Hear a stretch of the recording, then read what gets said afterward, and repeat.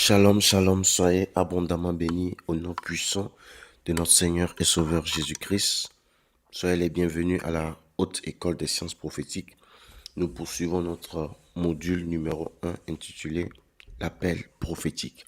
Dans cette vidéo spécialement, nous sommes au chapitre 22, le temps de Dieu dans l'accomplissement de l'appel prophétique. Nous parlerons entre autres des termes tels que l'appel ne signifie pas envoi immédiat, les dangers de dévancer le temps de Dieu, le processus divin de maturation, savoir discerner son kairos prophétique et attendre sans toutefois s'éteindre. Alors rapidement, en tant que prophète, nous devons comprendre que le prophète est un homme de vision et de promesses. Mais le prophète doit savoir comment attendre le temps de Dieu. Entre l'appel prophétique reçu et l'accomplissement de la mission, il existe un intervalle. Cet intervalle, on appelle ça le temps de la préparation, le temps de l'attente et parfois le temps du silence. Donc, il y a l'appel et il y a l'entrée dans l'appel. Mais entre l'appel et l'entrée dans l'appel, il y a d'abord le temps de préparation. Celui qui ne respecte pas ce temps de Dieu risque de se précipiter dans la chute.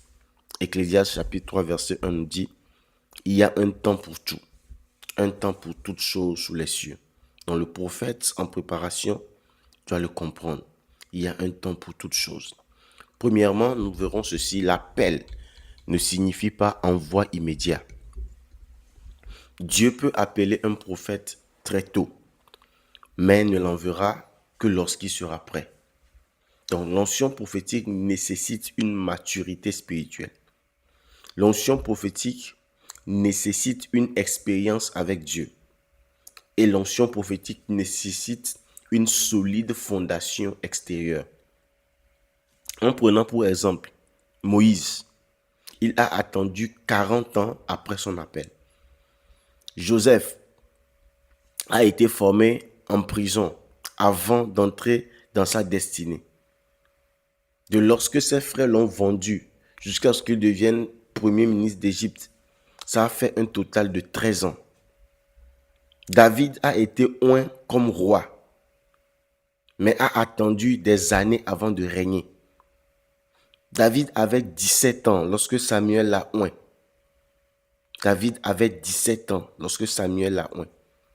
Et à l'époque, Saul était seulement dans sa deuxième année de royauté. Or, Saul a fait combien? 40 ans de royauté. Ça veut dire que David a attendu pratiquement 38 ans aussi. Le temps de rentrer maintenant dans son appel. De ces exemples, nous, en tant que prophètes aujourd'hui, appelés par Dieu, nous devons apprendre la patience. Nous devons apprendre à attendre le temps de Dieu dans l'appel. Alors, quels sont les dangers de dévancer le temps de Dieu? Quels sont les dangers que court le prophète lorsqu'il dévance le temps de Dieu? Premier danger, c'est la frustration. Lorsque tu dévances le temps de Dieu, tu auras trop de pression pour produire. Or, tu n'es pas prêt. Tu auras trop de pression, trop de demandes. Or, tu n'as pas encore l'onction nécessaire pour recevoir ou bien exercer toutes ces choses-là. Et cela va te conduire à l'épuisement. Cela va te conduire à l'épuisement. Tu auras beaucoup de tâches, beaucoup de combats, mais tu n'es pas encore habilité à remporter des victoires. Tu vas te dépenser pour finir écrasé.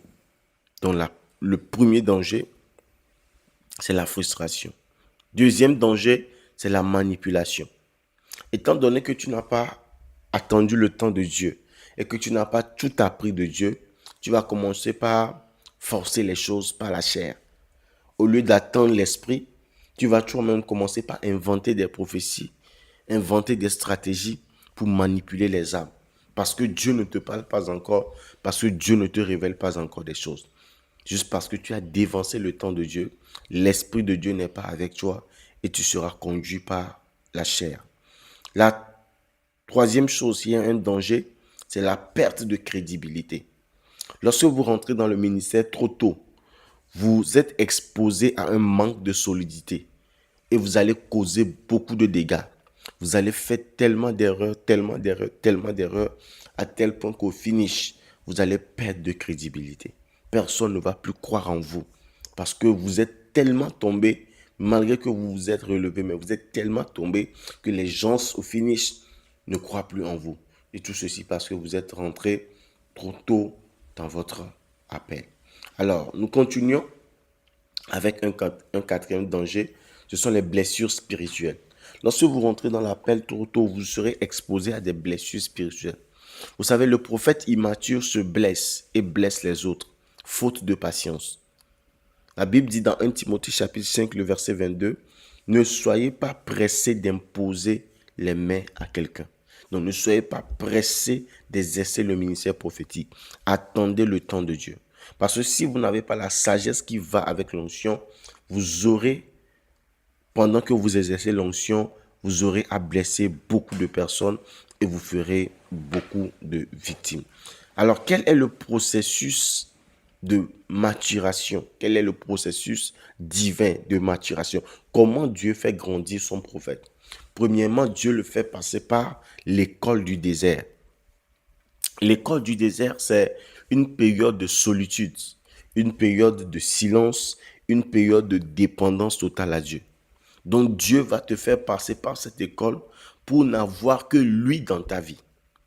Dieu va te faire passer par cette école pour n'avoir que lui dans ta vie. Alors, deuxième niveau du processus, c'est le test de la fidélité. Alors, Dieu va commencer par t'utiliser dans l'ombre sans reconnaissance publique. Tu vas faire de miracles, tu vas prier, des choses vont se passer, mais la reconnaissance va aller à ton père spirituel, la reconnaissance va aller à quelqu'un d'autre. Tu vas faire des choses, mais personne ne va te donner une reconnaissance. Dieu le fera ainsi voir si tu resteras fidèle dans l'ombre. Et après cette fidélité dans l'ombre, le troisième niveau du processus de maturation, c'est le brisement intérieur. Dieu va façonner le caractère de son prophète par des circonstances. Dieu même va permettre que certaines choses puissent t'arriver juste pour bâtir un nouveau caractère en toi, juste pour te briser et pour te former de nouveau. Et ceci est très important dans la vie du prophète. Quatrième niveau de la maturation, c'est le développement du discernement. Dieu te fera passer par toutes ces choses pour que tu apprennes à connaître la voix de Dieu avec clarté et précision. En passant par le désert, en passant par l'épreuve du rejet, en passant par tous ces défis-là, le Seigneur te permettra de t'écarter du monde, de se consacrer à lui. Et plus tu t'éloignes du monde pour se consacrer à Dieu, plus la perception de la voix et de la voix de Dieu te sera claire. Donc, le développement du discernement est quelque chose de très important dans le processus de maturation du prophète. Alors, le prophète doit savoir discerner son kairos prophétique. Vous savez, Dieu, c'est le El Olam. Dieu, c'est le Dieu éternel. Donc, Dieu habite dans le Olam.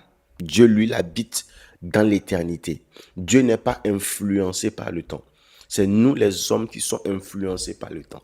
Mais les hommes sont influencés par deux types de temps. Il y a le chronos et il y a le kairos. Le chronos, c'est le temps des hommes, c'est le temps de nos mondes, c'est notre calendrier.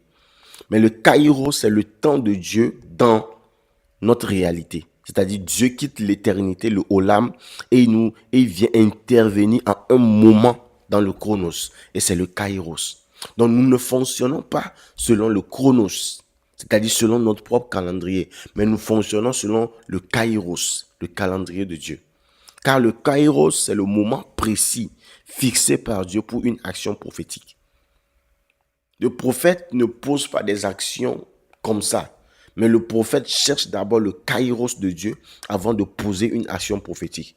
C'est-à-dire, il se pose la question de savoir, est-ce que c'est le moment précis que Dieu a fixé pour que j'agisse? Et pour que tu sois un prophète qui reconnaît le kairos de Dieu, il faut être sensible à l'esprit pour saisir l'instant. Si tu n'es pas sensible à l'esprit, soit tu vas dévancer le temps de Dieu, ou soit le temps de Dieu va passer, mais tu ne vas pas réagir. Pour discerner le kairos, il faut comprendre que l'accomplissement vient sans effort charnel, quand Dieu dit maintenant. Quand Dieu dit c'est maintenant, la chair ne peut rien faire. L'Esprit de Dieu même te poussera à le faire. Donc, lorsque tu veux faire quelque chose et tu sens que c'est la chair qui te pousse à le faire, tu n'es pas encore dans le kairos de Dieu.